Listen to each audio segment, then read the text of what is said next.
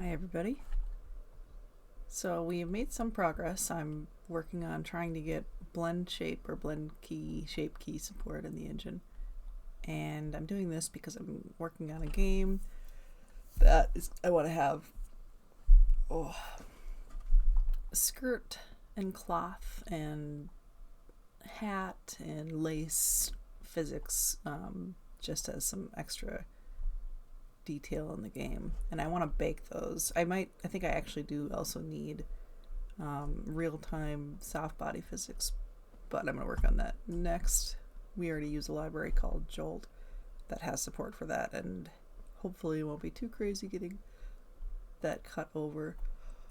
But for now, the goal is, given some kind of keyframe or shape key animation clip from Blender that's been encoded into an FBX, can I get that data out, encoded into some kind of NCA asset format? That's what we call our assets. And then from that asset, import it into the game and then animate over a series of seconds and a series of vertex positions, animate the cloth of the model. So mostly what I was doing the last couple of days is trying to get the not GDB, trying to get the thing to actually have, or trying to make the model that I'm going to import in Blender. And it turns out it's actually very tricky to get soft body physics going in, or I should say get a cloth sim working well with a skeletally animated mesh. But I finally got it going, and you won't be able to see that, but I have my Mixamo twirl animation imported, and in there as well is the skirt or the dress that she's wearing. But I've got a couple of problems, as you can see, that I don't care about right now. Actually, might as well clean it up a little bit. So I'll see if I can show you what we're actually going to try to import. I think I still have it. Okay. Now this, if you see the dress twirling around the lady as she spins, is what we're working on importing. So the way that we're going to do that, the woman has a rig, and she is animated with a skeletal animation, and that just means that she has a concept of a skeleton. She's got these different bones, and every one of the vertices that make up, or the vertices that make up her model, are bound or related to bones. So the position of the vertices that make up her model are tied to the position, rotation, scale of the bones that are behind it. So when a bone moves, it influences the vertices to move with it, and that's skeletal animation. So that's controlling just her. But if you can think about it, a skeletal animation is, or a skeleton isn't really enough to be able to accurately model the flow of clothing unless you were to rig each square inch of the cloth with bones, which I saw some people do, and I actually started to go down that road. If you don't do that, then you don't have enough coverage for the skeleton for the cloth, so we need a different way to tell our renderer that the cloth is moving in this pattern or in this way. So the way that we do that is by, and I don't know how efficient it's going to be, we're going to try it, but it's by something called shape keys. So every 10 times, no, let's see, what is it actually going to be? 30 frames a second, I think, is what we ended up with. So 30 frames a second we capture for every vertex that makes up her dress. We capture its position, and that's called a shape key. So a shape key is a list of the positions of every one of the vertices that make up her dress. that doesn't have anything to do with the position of the bones. So with skeletal animation for her body, all you need to do is record the transforms, position, rotation, and scale of every one of her bones. Then, and also the relationship between how many bones influence each vertex. So then for each bone, actually for each vertex in the vertex shader, we're going to say for each frame, what is the current transform of each of the 4 bones. We limit it to 4. Each of the 4 bones that influence me, average their weights, and that will become multiply that final transform times my transform. Essentially, it's a little bit more complicated than that, but that becomes the final position of my vertex for that frame. So that's how you do it for skeletal animation. And again, for shape keys, you just say, look up in this list of vertices per frame what my position is, and that's my position. So this is what we're going to try to animate. We imported the skeletal animation clip separately for this gal, and now we also have at least saved into the FBX file the shape key animation for this gal. And now we go over to the scene. In fact, I'm going to fix the scaling here so we can actually have a better idea what's going on. All I did was, we already have support to import and skeletal animation in a mesh, so all I did was that, but I imported the mesh of the dress and the mesh of the girl.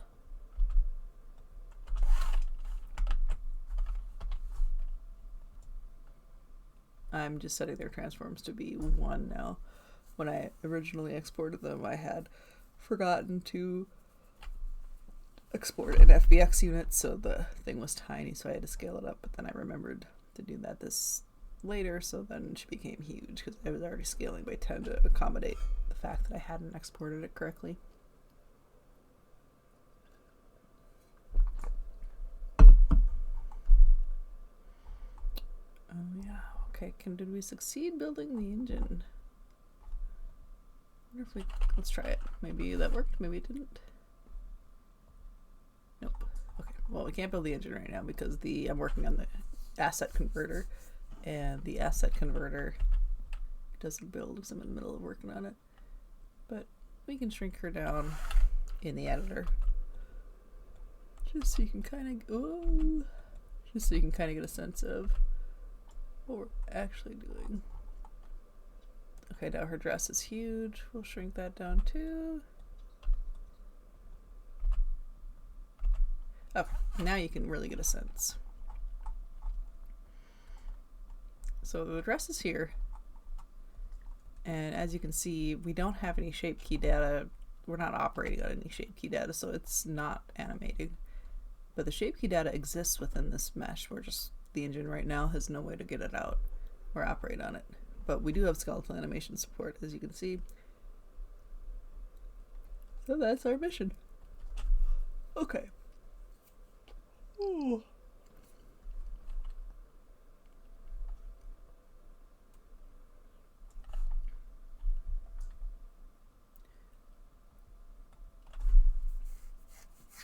So the first part of the mission is in our converter tool.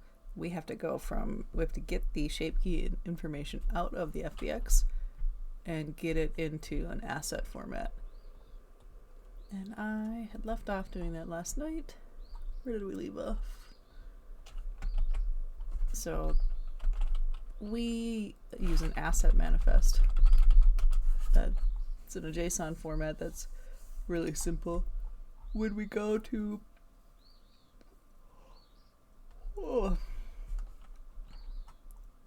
when we run our converter, it'll look at based on folder structure. I'll show you that here. Based on folder structure, be it an image or a model. We used to have a skeletal animation folder, but I converged that into here because we get both out of the FBX. We can say, okay, look at this list of types. Audio clips are found. in the audio slash drums folder. Convex hulls are found in the model slash in the raw slash model folder. Cube maps are in image cube maps. Mesh is in raw model.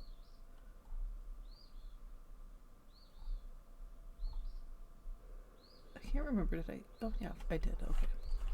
And then mesh colliders, etc. So we had one for skeletal animation. So when the converter looks through these different types, it'll say, okay, go into the source path, grab this FBX file, try to parse out these sub-resources, which are just actions in Blender. Get these Blender actions out, try to parse them as skeletal animations using ASIMP. And now what I'm going to do is I'm adding a shape key animation, so it'll also look in the models folder for an FBX. The shape key is called dress key, right here. And I'm kind of winging it, and I'm going to actually try to make a tutorial for the community if I do get this figured out, because I didn't see really much in there. And either that's because, or much in the way of getting shape keys out of Blender and into OpenGL or Vulkan or what have you. And that's going to be for two reasons. Either it's really easy, which it so far does seem to be pretty simple, but I expect there would still be tutorials on it even if it was easy, or it's not the right approach for getting animated physics or animated soft body physics in the game. Or people are just no longer writing their own game engines, which is preposterous. So I know Blender has support for shape keys, but I think I'm going to write a tutorial once I get this all figured out, because it was kind of hard to get the cloth sim working on the model, but there are a lot of tutorials there. But once you get that done, it's also not totally clear how to get shape keys. I ended up buying an add-on for $5, which will probably be in the tutorial because I don't know how to generate shape keys outside of that add-on. But the add-on is called... What is going on? Where is it? Oh, the world will never know. Oh, here it is. It's called Cloth to Keys. Or Cloth to Shape Keys was $5. But, alright, now going back to the code here. So what I've done so far is I've added a new JSON block. I've called it shape key animation. It's going to follow the same structure as any kind of resource, sub-resource that we have, like skeletal animation or meshes, because meshes can have more than one mesh within them. And let's add that to the manifest, and now I'm working on parsing that information out. So when we go into our builder, we're going to loop through each of the asset types in the manifest. And if the asset type is shape key animation, oh yeah, we're not going to try serialize it out yet. Okay, let's try that.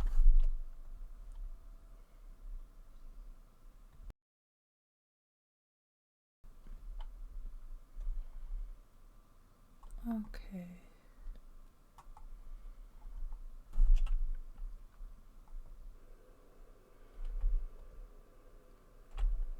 Oh. That was telling me that I've declared an array of size 7 and I have 8 items in it.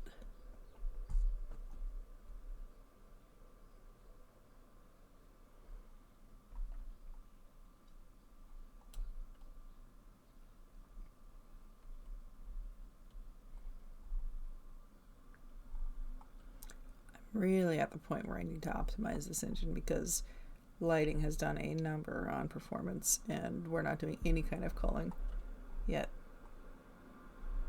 But I am intimidated and can't get a handle on where to start for light culling. I know kind of what to do, but I haven't done it yet. I think what the easiest thing to do is going to be figuring out how to bake my lighting, and I'm gonna have to figure out how to save textures out to a disk anyway for one of the features we need for this game, which will be taking a screenshot of a 3D model within the game. So say if the character is decorating something and then they want to save that to their inventory, they're going to need an icon that represents what it looks like. So we're going to have to take a screenshot of that 3D model in the builder view, save it to an icon, and then load it into their inventory.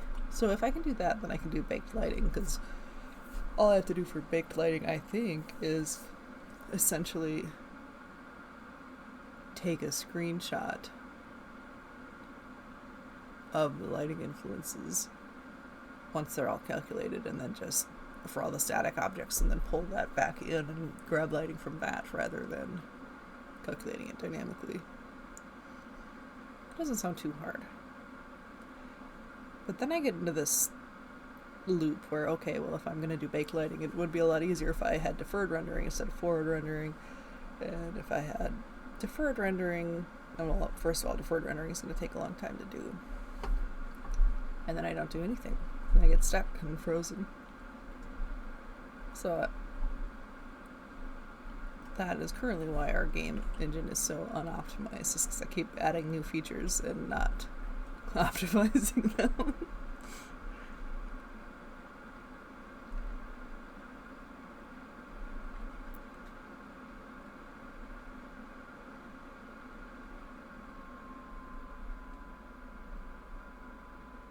Alright, well, this is building. I will be right back.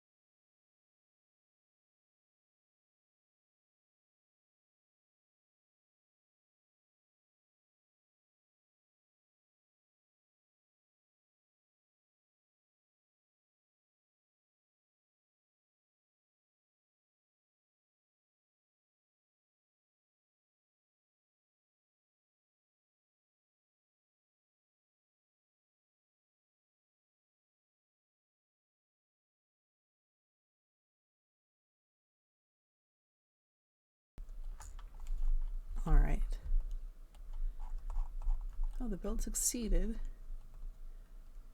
So let's see where we're at. Couldn't find great documentation on how to do shape keys in Assimp, but I think we can figure it out.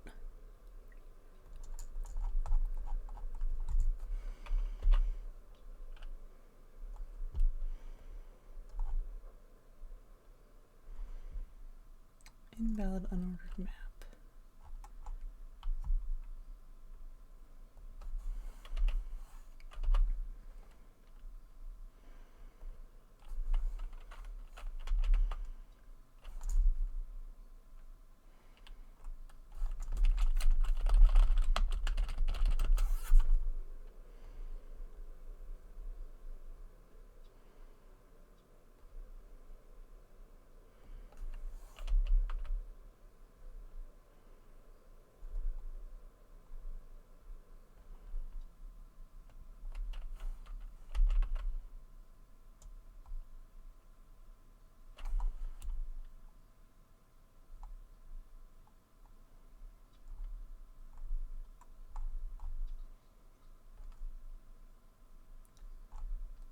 Why do I feel like you're not hitting my breakpoints?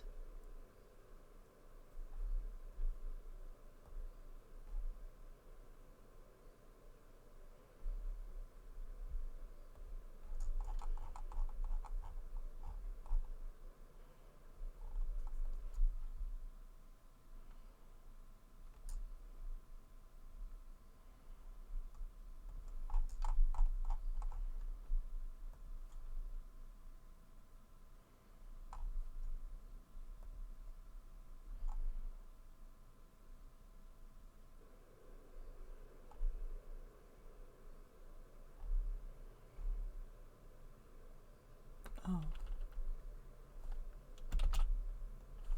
No, that's right.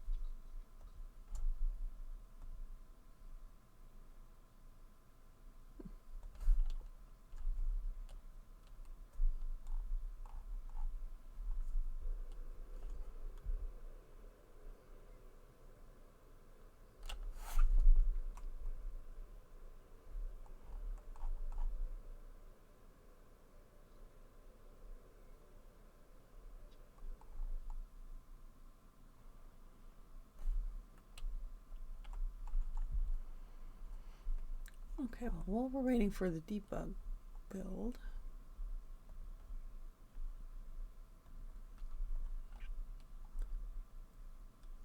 let's see. So we get into building. We're going to try to build our new type.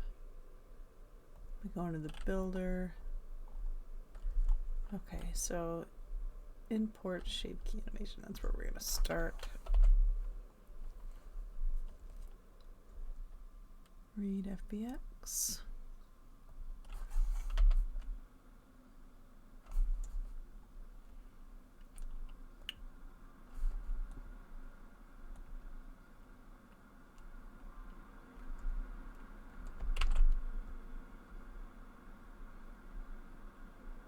You know, I just found out the other day that you have a back button. That was my number one complaint about VS Code, was that it didn't have a back button. It's been here the whole time.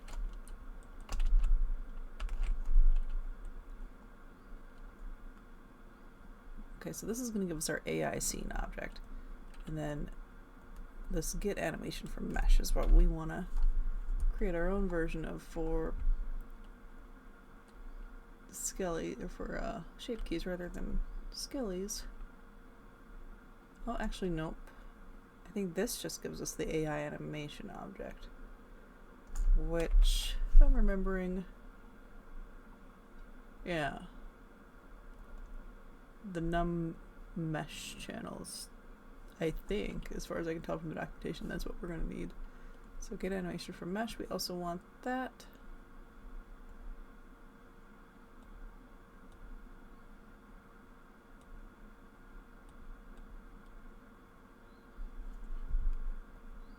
And now this convert to skeletal animation. That's what we want to grab. So convert to shape key animation. I don't even know what the structure of this is going to look like yet, but that's okay. So I think what I'll put in here for now, just a name, a duration, tick, and ticks per second.